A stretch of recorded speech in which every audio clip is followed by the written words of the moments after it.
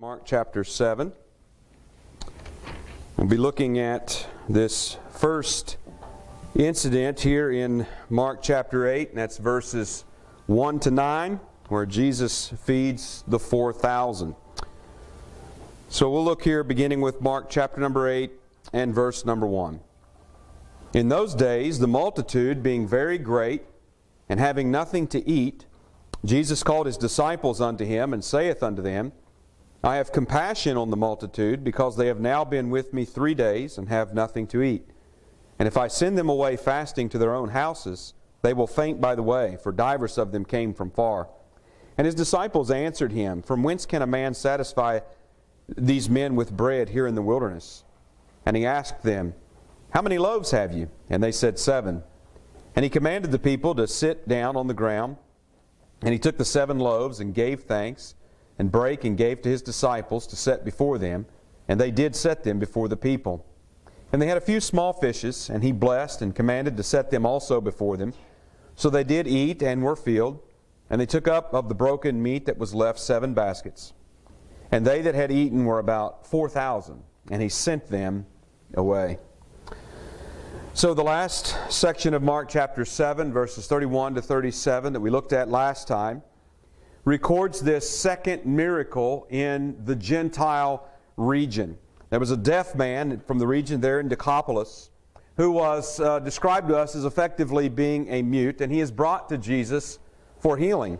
And Jesus opened his ears to hear, demonstrating the spiritual reality of deafness that we are all born with. So just as this man had the physical handicap of being without hearing, we also are born in a state of spiritual deafness, that we don't have ears to hear, even though we might hear the words. We might even hear the words of the preaching of the gospel, but we don't naturally have ears to hear and to understand those things that are spoken to us.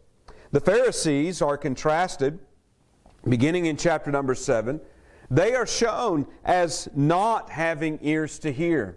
Yes, their ears worked physically. They could hear the words of Jesus, and they could even converse with him and have ask him questions and hear answers. But obviously, one of the points that's being shown to us in this passage is that those Pharisees, with all of their study of the law and with all of their observances of traditions and rites, they were in no better position, though physically they could hear, than was this deaf man. They were in no better position, because though they could hear the words of Jesus, they refused and rejected those words, and were no better than one who could not hear them at all. After the miracle, Jesus charged this man and those that had come with him to bring him to Jesus that they would not make it known, but they did indeed make it known after this. And the Gentile lands heard the proclamation of the signs of the kingdom. Here is one who has done all things well. In verse 37, he maketh both the deaf to hear and the dumb to speak. Obviously, these being prophecies of the Messiah when he came. So now we come to chapter 8. And verses 1 to 9 in chapter 8 give us the third miracle of this set of 3 miracles in the Gentile lands. You remember that is sort of bounded on one end by a conflict with the Pharisees, and then another conflict with the Pharisees, and then these 3 miracles in the Gentile regions in between them. So this account intentionally parallels the feeding of the 5,000 from earlier in Jesus' ministry. Now Mark and Matthew are the only ones that record this miracle of feeding the 4,000 in the region of Decapolis. But it obviously is a parallel, though there are some obvious differences and some important differences to understanding the meaning of what has taken place here. One of those key differences is the fact that the feeding of the 5,000 took place outside of Bethsaida. It took place in the region of Israel. The feeding of the 4,000 here takes place in Decapolis, in Gentile territory, and that is a key difference. The crowd that is before Jesus here is predominantly Gentile, whereas the crowd that was before him at the feeding of the 5,000 was predominantly a Jewish crowd. That is also a key difference. We see that though a similarity is that here once again, Jesus reveals His deity in creating food, creating bread and fish. He takes the loaves and the fish that the disciples had, He prays, He blesses it, He breaks it, gives it to them to distribute, and as they distribute, there's an abundance of food for the entire crowd, and so much so that there is excess left over that they're able to take away from them for their journey home. Jesus again revealing His deity as creator, to create food and have a surplus to send them away. So as we look at this account, we see three main parts to this account. Verses 1 to 3 show us the hungry multitude, their need for nourishment. Verses 4 to 5 give us the response of the disciples to Jesus speaking about the hunger of the multitude. And in verses 6 to 9, the multitude is fed and then sent away. So we want to begin looking at this with verse number 1, where we find the hungry multitude. In those days, the multitude being very great, and having nothing to eat, Jesus called His disciples unto Him, and saith unto them. Now you note that phrase at the beginning of the verse, in those days, and you notice that Mark uses that phrase commonly. Sometimes he will use the phrase straight away.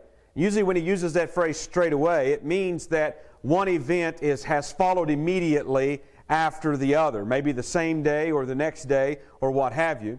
And when he uses this phrase, in those days, he means that it was in this time. So it doesn't necessarily mean it's the next day or what have you, that it's followed immediately, but it's in those days, in the days when Jesus was in the region of Decapolis, when He had performed the miracle of the healing of the deaf man in particular. It was in those days that this multitude had become very great.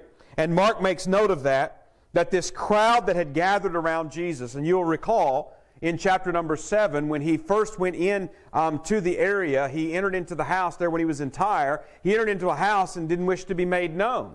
He was seeking some rest and respite from the crowd, but yet still this crowd was attracted to Him. So despite that fact, and despite the fact that when He had come into Decapolis, He takes this deaf man aside privately and heals him, and then instructs them that they are not to tell anyone about the healing. Though they did not obey that, they did make it known.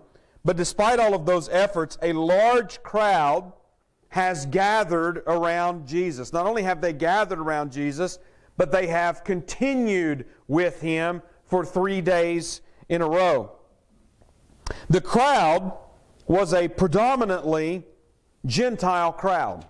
But if we look back in Matthew chapter 15, and we know that throughout the Gospels there are oftentimes parallel accounts of the same events, and oftentimes these are good to study together in the sense that they will provide, one will provide some details that the other does not, and it gives us a fuller picture of everything that took place there.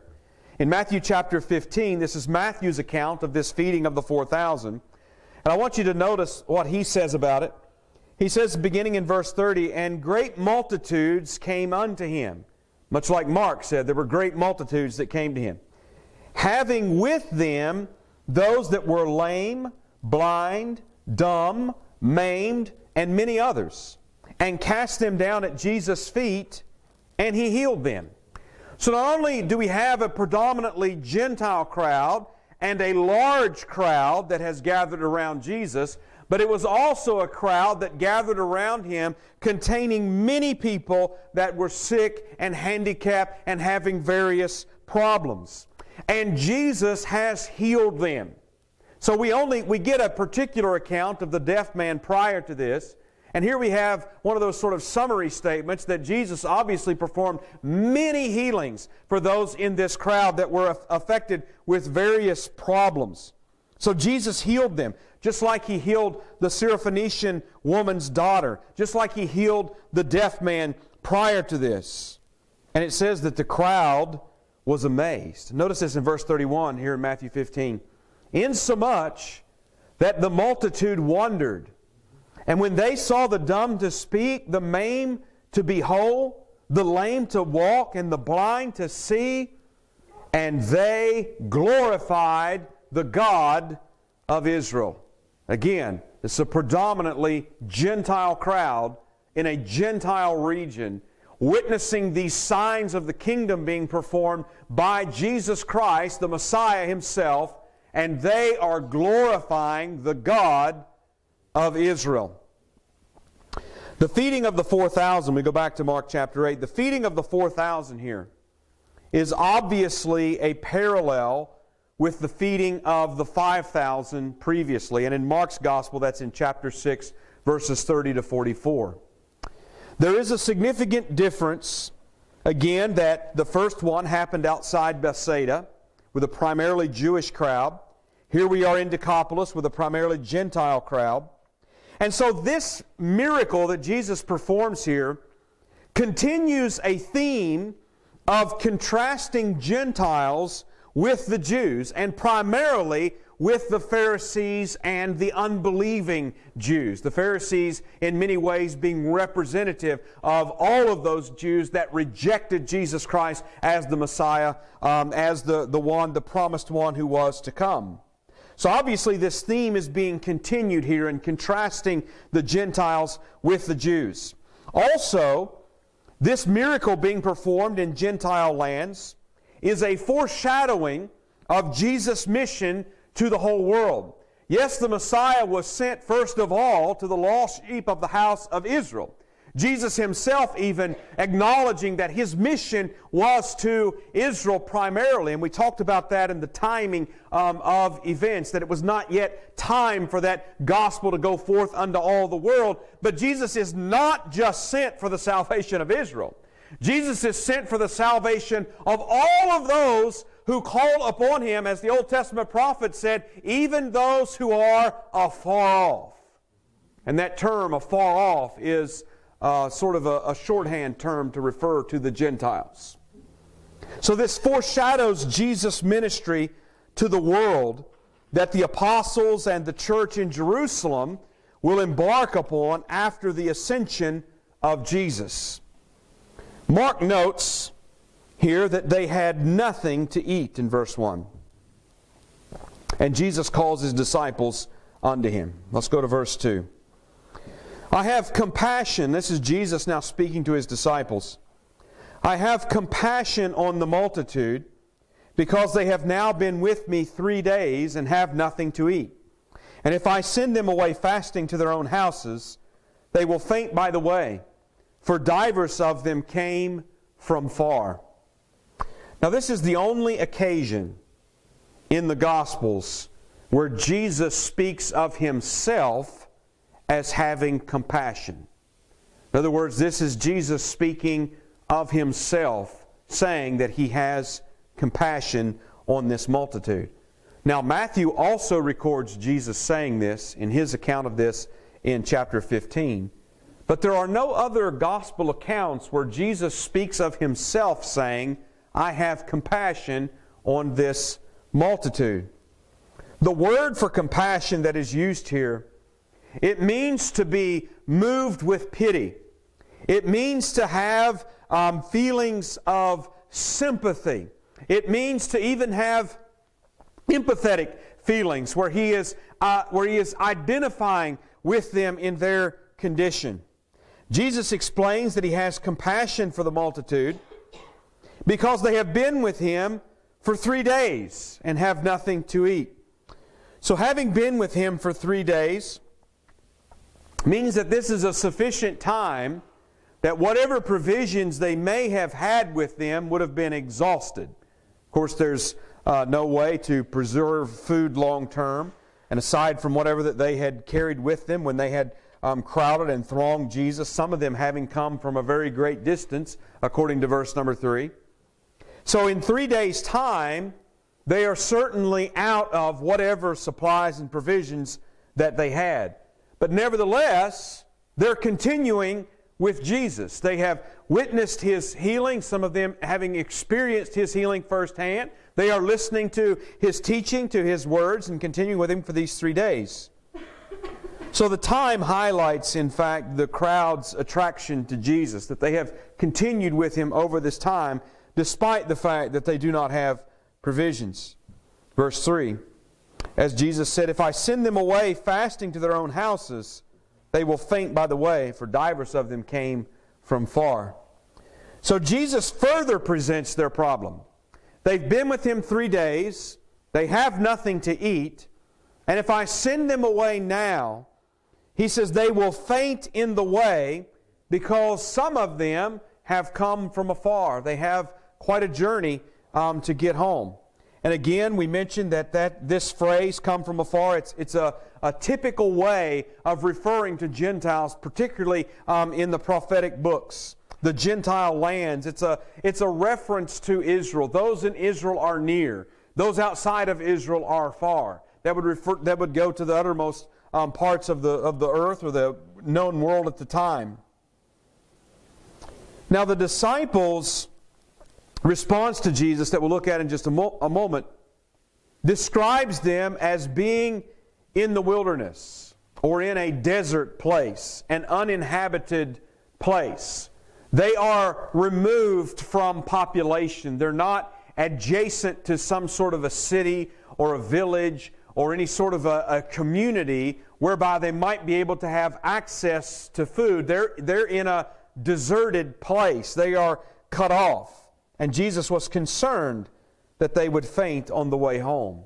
Again, we have these little touches, particularly in Mark's Gospel when you pay attention to them. We have these little touches that really present to us the humanity of Jesus Christ, the sympathy that He entered into for those who were suffering and those who were in various ways in distress, that He identified with them, was empathetic toward their suffering. And Mark presents that particularly. Even though, as we have also noted, Mark does indeed present the deity of Jesus Christ, but he also brings out His humanity in just some of these little ways. Now we see the disciples' response to Jesus, beginning with verse 4. "And His disciples answered Him, 'From whence can a man satisfy these men with bread here in the wilderness?'" Now, the disciples' question to Jesus is frankly surprising. And if you've been reading through Mark's Gospel, we know that it's just near the end of chapter 6 that He just fed a multitude of 5,000. Now, in real time, this was maybe a year removed from when that had happened, and no doubt a lot of things had happened in that time frame in between. But still yet, there was a very remarkable miracle that could not have escaped from their memories. So it seems a very surprising question that the disciples would ask when Jesus brings up, here we have this multitude, they have nothing to eat. If I send them away, they're going to faint in the way. I have compassion for them. And the disciples respond, well, where could a man find sufficient food here in this wilderness in order to feed a crowd this large? Given all of the things that they have seen Jesus do to this point, heal lepers, cast out devils, feed 5,000, raise the dead, speak, and the winds and the waves obey Him. All the things they have seen Jesus do. How could they respond this way? Well, think about this. First of all, practically speaking, from a pragmatic standpoint, of course, they were right. They were in a wilderness, in a desert, uninhabited place. The crowd, we are told, was 4,000. Now, when you look at Matthew's account, he adds that it was 4,000 men beside women and children. And that was just a common convention in that day as far as numbering large crowds. They would give the number of the men that were present, and it's just assumed or presumed that women and children are present with them also, but oftentimes they're not included in the number. That was just a common convention of numbering. So Mark doesn't say anything. He just says there was 4,000 that had eaten. And Matthew again adds that there were 4,000 men beside the women and children that were with them. So that's in Matthew 15, verse 38. So think about this for a moment. 4,000 men, if only half of them had a wife with them, that would add 2,000 women to this number of 4,000 men. If those that had a wife, on average, only had one child apiece with them, that would add another 2,000. So 4,000 men, 2,000 women, 2,000 children. So that right there is a total of 8,000, but that's a very modest estimate. That's a very modest estimate to assume that only maybe half of them had a wife with them, and of those that have a wife, they only had one child with them.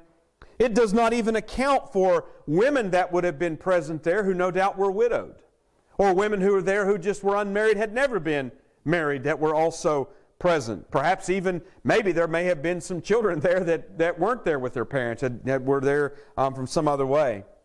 So these modest estimates, really when we think about the actual number, it was much more likely to have been well in excess of 10,000 people. Probably closer to maybe around 15 when you really start crunching some numbers on it. But regardless of that, we don't know the exact size, but we know enough to know that this is a very large crowd of people. And Jesus and 12 disciples, with what little that they had with them, and the fact that they are in an uninhabited and unpopulated place, a desert place, how could it be possible to supply food for a crowd this size? So practically speaking, the disciples were right. Where could a man go and secure enough food in order to feed them? But of course, when we think about their question, we realize they've been in this situation before. And that is what makes their question so surprising. In fact, when they were in this situation before, it was a bigger crowd. There we were told it was 5,000 men. And so you run through the numbers there and you're likely to end up much closer to 20,000, at least, that were in this total crowd that was fed there that day. So one would think that at least one of these disciples might suggest that Jesus could feed them, but they don't. I believe there are two primary explanations for why the disciples asked this question and did not just merely assume or suggest that Jesus feed the crowd. Well, first of all, I believe that it does fit in with Mark's theme. As you go through the Gospel of Mark, one of the themes has been the increasing opposition and hostility of the Pharisees toward Jesus. Another one of the themes has been the spiritual dullness of His disciples. Just their slowness to pick up, to understand, to receive the lessons that they have been taught by Jesus. After feeding the 5,000, Mark explained their astonishment and fright, the disciples I'm talking about, at Jesus walking on the water. He explained that astonishment and fright in chapter 6 and verse 52 because they had not understood the miracle of the feeding of the 5,000, and their hearts were hard. They obviously had not learned the lesson that Jesus intended to teach them at the feeding of the 5,000. And so here, it's not surprising that they had not learned that lesson, and here they don't suggest that Jesus feed them. I believe the second primary reason for why the disciples would ask this surprising question was the fact that they were in Gentile territory with a primarily Gentile crowd. And they did not assume that Jesus would feed them like He did the Jewish crowd. In fact, when you look at the account of the feeding of the 5,000, you will notice a number of things that correspond to Israel. You have obviously 12 disciples that are distributing. He has the people to sit down in ranks and in order, almost like arranging them like tribes in the wilderness around the tabernacle. He has them sit down in ranks. After that they have eaten, there are 12 baskets full that are taken up. I mean, obviously they have seen some significance. Jesus, right after that, in John's account, Jesus links the feeding of the 5,000 with the children of Israel in the wilderness and the manna from heaven. So in other words, there were a number of things about the feeding of the 5,000 that speaks obviously to those of Israel concerning the Messiah. So here they are in Gentile territory. The disciples most likely are assuming that there's not a similar message for those in the Gentile territory. And so for that reason, the feeding of the 5,000 seemed to serve a purpose in Israel that it wouldn't really serve in Decapolis. Of course, they're wrong about that, but I do believe that that was a part of their thinking. Now we look at verse number 5. And he asked them, how many loaves have ye? And they said, 7. So much like before, Jesus asked them what they had on hand. The disciples respond that they have 7 loaves. The word that's used here describes what would be essentially flat cakes of bread. More like maybe what we would think of as something like a flat bread. I've read that these were typically baked. They were about the thickness of a man's hand, and they would be either round or they would be oblong. These are things that would be easy to pack and to take along, and that sort of thing. Definitely would be a lunch provision for going out and working in the field and what have you, or for traveling. Obviously, they were also very handy to take and to break apart and to be able to distribute. Being more of a flat type of bread, they would be denser and have certainly more of a nutritional and maybe even of a filling value to eat that. You know, think about today when we eat a bread that is very light and fluffy and airy, some sort of a yeast bread perhaps that has, risen very high, and it's very light and airy, and it's delicious and smells wonderful baking. But it's not quite as filling as eating a very dense bread. Maybe something like a wheat bread or something of that nature. When I was on a trip to Mexico, I had some tortillas that they made. They made these tortillas. They made them from the corn that they grew in the region of the mountains there. They were very nutritious, but I will also say they were very hearty. They were very heavy. Very thick and dense, not like normal flour tortillas that I had been much more accustomed to. And so eating those, I ate a tortilla with soup. I mean, one was just about, that just did me in. But I was told that they would they would put a sack of those, put those down in a sack, and they would take them out sometimes. In some cases, they were walking 2 hours to get to their fields to work them, and they would carry those things along with them for their lunch. So anyways, this is a similar idea to what we have here. They had these 7 loaves, round, oblong, or something, relatively flat. And then we see the multitude being fed, beginning with verse 6.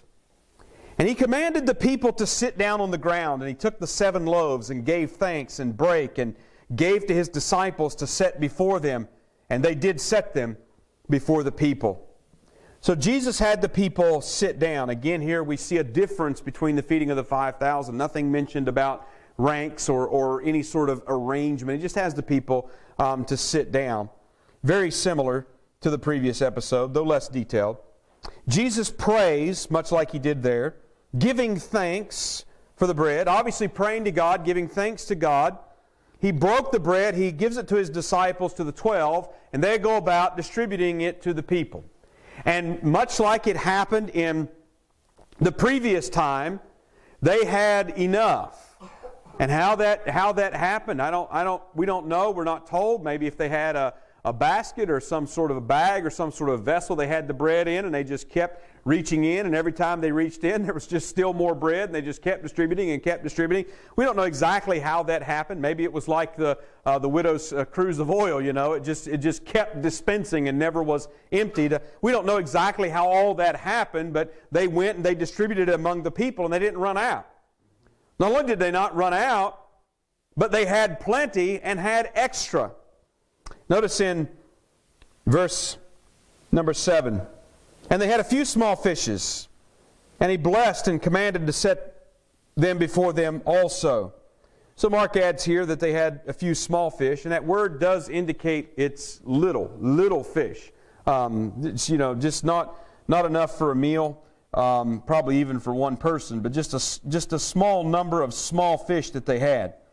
There were more loaves of bread, but still nothing 7 of these flat loaves of bread and a few of these very small fishes is nothing in comparison to this crowd that was before them that day. In verse number 8.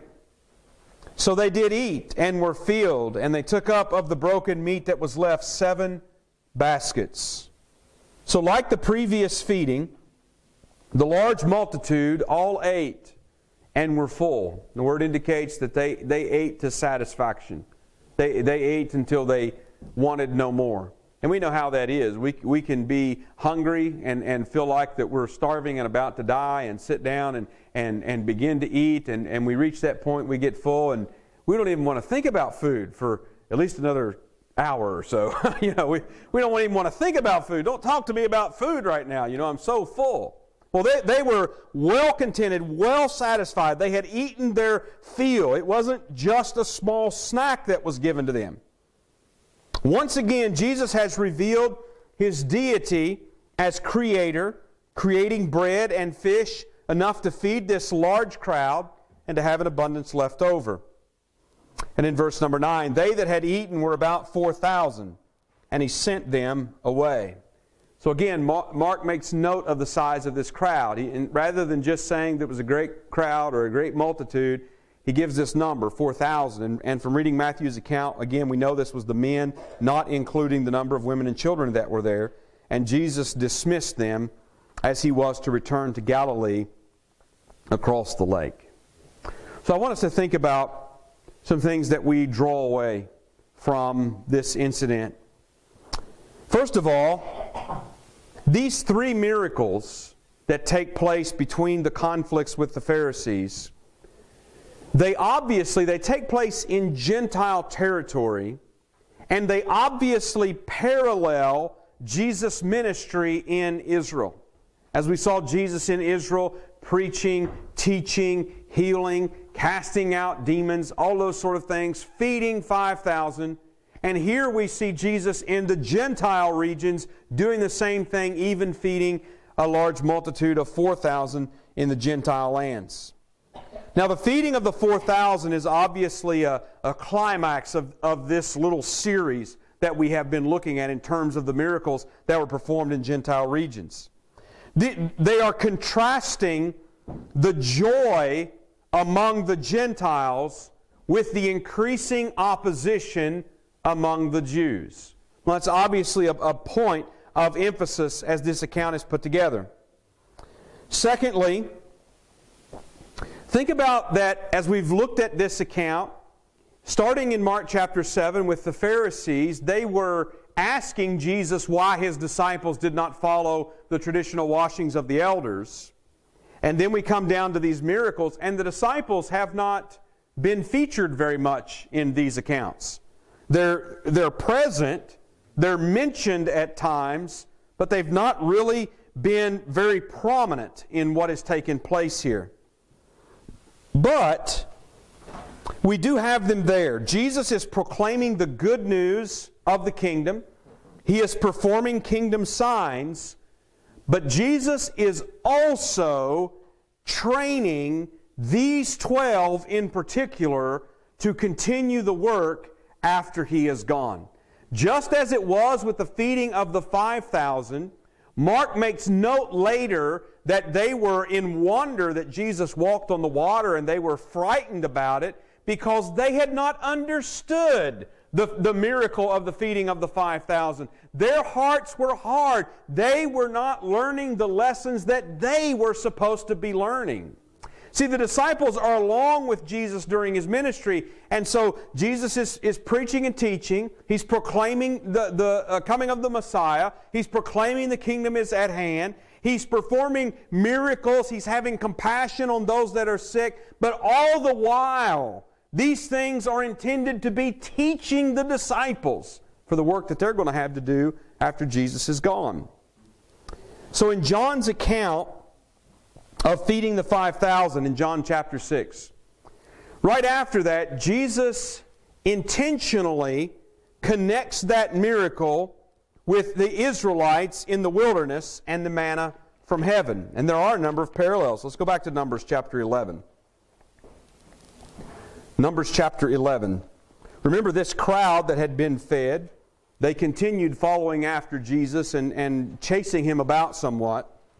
And He makes this connection in John 6. But we want to look here in Numbers chapter 11. Think about Israel in the wilderness for just a moment. First of all, we find the people, the Israelites, murmuring and complaining. Beginning with verse 4. And the mixed multitude that was among them fell a-lusting, and the children of Israel who wept again and said, Who shall give us flesh to eat? We remember the fish which we did eat in Egypt freely, the cucumbers, and the melons, and the leeks, and the onions, and the garlic. But now our soul is dried away. There's nothing at all beside this manna before our eyes. So God, who had miraculously provided them with manna that they didn't have to grow, they didn't have to till up the ground, they didn't have to cultivate it, they didn't have to water it, they didn't have to weed it, they didn't have to fertilize it, they didn't have to do anything of that. Manna that they didn't have to go out with a spear or a bow and an arrow and hunt down and track down and kill and clean out in order to serve as meat. All they had to do was get up in the morning and to go out and to gather just enough that would be sufficient for everyone in their house.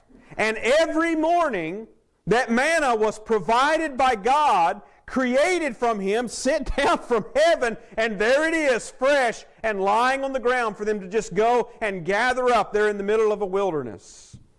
But here they are complaining. Oh, we remember the variety of the food that we had in Egypt freely. The fish and the cucumbers and the vegetables and the fruits and what have you. We had it so good there. And now we're drying up and dying away here in this wilderness and have nothing but this disgusting manna. What ingratitude. So they are complaining. And then we see Moses perplexed. Verse 10. Then Moses heard the people weep throughout their families, every man in the door of his tent. And the anger of the Lord was kindled greatly. Moses also was displeased. And Moses said unto the Lord, Wherefore hast thou afflicted thy servant? And wherefore have I not found favor in thy sight, that thou layest the burden of all this people upon me? Have I conceived all this people? Have I begotten them, that thou shouldest say unto me, Carry them in thy bosom, as a nursing father beareth the sucking child unto the lamb, which thou swarest unto their fathers? Whence should I have flesh to give unto all this people? For they weep unto me, saying, Give us flesh that we may eat. I'm not able to bear all this people alone, because it is too heavy for me. So in other words, Moses is at an end of himself. He is ill-equipped or unequipped to be able to meet the needs and to quiet the complaining of this people. God told Moses to make preparation. Look at beginning verse 18. And say unto the people, Sanctify yourselves against tomorrow, and ye shall eat flesh. For ye have wept in the ears of the Lord, saying, Who shall give us flesh to eat? For it was well with us in Egypt. Therefore the Lord will give you flesh, and ye shall eat. Ye shall not eat 1 day, nor 2 days, nor 5 days, neither 10 days, nor 20 days, but even a whole month, until it come out at your nostrils and be loathsome unto you, because that ye have despised the Lord which is among you, and have wept before Him, saying, Why came we forth out of Egypt? So the Lord's going to give them what they asked for. And He's going to give it to them so much until they're going to be sick of it. And then we see Moses complaining again. Verse 21. Moses said, The people among whom I am are 600,000 footmen. And thou hast said, I will give them flesh that they may eat a whole month? Shall the flocks and the herds be slain for them to suffice them? Or shall all the fish of the sea be gathered together for them to suffice them? And the Lord said unto Moses, Is the Lord's hand waxed short? Thou shalt see now whether my word shall come to pass unto thee or not. So Moses complained, How am I going to give them meat to eat for a whole month? I mean, even the flocks and herds we had, if they were totally slaughtered, would it be enough for them? If all the fish in the sea were gathered, would it be enough for them? How can I do this? Of course, the Lord responds there in verse 23. And then we see down in verse 31. And there went forth a wind from the Lord and brought quails from the sea and let them fall by the camp, as it were a day's journey on this side, and as it were a day's journey on the other side round about the camp, and as it were 2 cubits high upon the face of the earth. And the people stood up all that day, and all that night, and all the next day, and they gathered the quails. He that gathered least gathered 10 omers, and they spread them all abroad for themselves round about the camp. And of course, you can go on reading there, and we know what ended up happening. This murmuring and this feeding of them of the meat was actually a judgment against them for rejecting God. And that is a connection that Jesus makes pertaining to this feeding of the 5,000 and this crowd that's clamoring after it. You know, we would see a miracle of you. We would see a sign of you. And He's saying, you're following me because you ate of the bread and were filled. In other words, you're not seeking the true bread from heaven. You're like the generation of Israel in the wilderness, complaining about the manna until God sent them meat, and then being judged because of their rejection of God's Word. So these accounts are not strictly parallel accounts, but the lessons were there for the disciples. Just as this lesson for Moses in the account in the wilderness. Here, Jesus is God who creates and provides for His people. In other words, having knowledge of this account of Israel in the wilderness, and Moses' doubts, and Moses being perplexed at what he was given to do, and being told, is the Lord's hand waxed short that He could not provide meat for all of this people if He willed to do so? So the disciples are to learn that lesson, that Jesus is God who creates and provides for His people.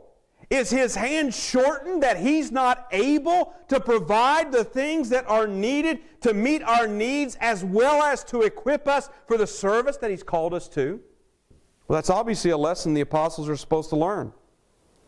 They're supposed to learn the lesson that His power is unlimited. Humanly speaking, the disciples were right.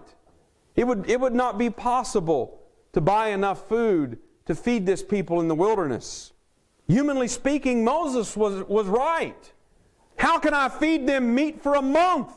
There are 600,000 footmen. That's just the male that will be counted members of the army. 20 years old and upward to 50 or whatever the age was. There are 600,000 of them alone. How can I give them meat for a month? Moses was right. But God's power is not limited. That's what Moses had to learn. That's what the disciples had to learn. That's even what you and I need to learn today. God's power is not now, it has never been, nor will it ever be limited. He's God. He does whatsoever He has pleased to do. Daniel says that there's none that can stay His hand or say unto Him, what doest thou? In this case also, here in the feeding of the 4,000, the disciples need to learn that He is Savior and Lord, not of the Jews only, but also of the Gentiles. And they obviously learned this lesson as we see their preaching in the book of Acts. In Acts chapter 1 and verse 8, Jesus said, you are chosen to be witnesses of me in Jerusalem and in Judea and in all Samaria and unto the uttermost parts of the earth. And we see Peter standing up on the day of Pentecost, and in Acts chapter 2 and verse 39, he says, this promise is to you, Israel, and to your children, and to them that are afar off, as many as the Lord our God shall call. They were to learn this lesson. And last of all, I believe the lesson for us as well, that Jesus is able to save. And Jesus does save all that come to Him, no matter how far off you are. as He's in these Gentile regions. Though He's not sent on a mission to Gentiles as of yet. He's in these Gentile regions, healing their diseases, casting out devils, speaking words of authority, and saving those who come to Him in faith. And here feeding them to illustrate this principle. Yes, that is a lesson for us to learn. Jesus is able to save. Jesus is mighty to save. It's easy for us to look out upon certain ones and think, they're not reachable. They're not savable. They're too far away. Too far away. And I believe that we should hear the words of God that He spoke to Moses as well. Is the Lord's hand waxed short? Even the prophet Isaiah said similar words to Israel. That the Lord's hand is not shortened that He cannot save. This is a lesson to us. He saves through faith in Him apart from all efforts and projects of self-improvement. He saves through faith, not through of making ourselves acceptable to Him. He saves through faith. Again, we've noticed how that Jesus, even in laying His hands upon those that were sick and those that came to Him, showing that He had compassion on them, but also showing that He accepted them in faith and saved them and made them whole. All right, we'll stop here.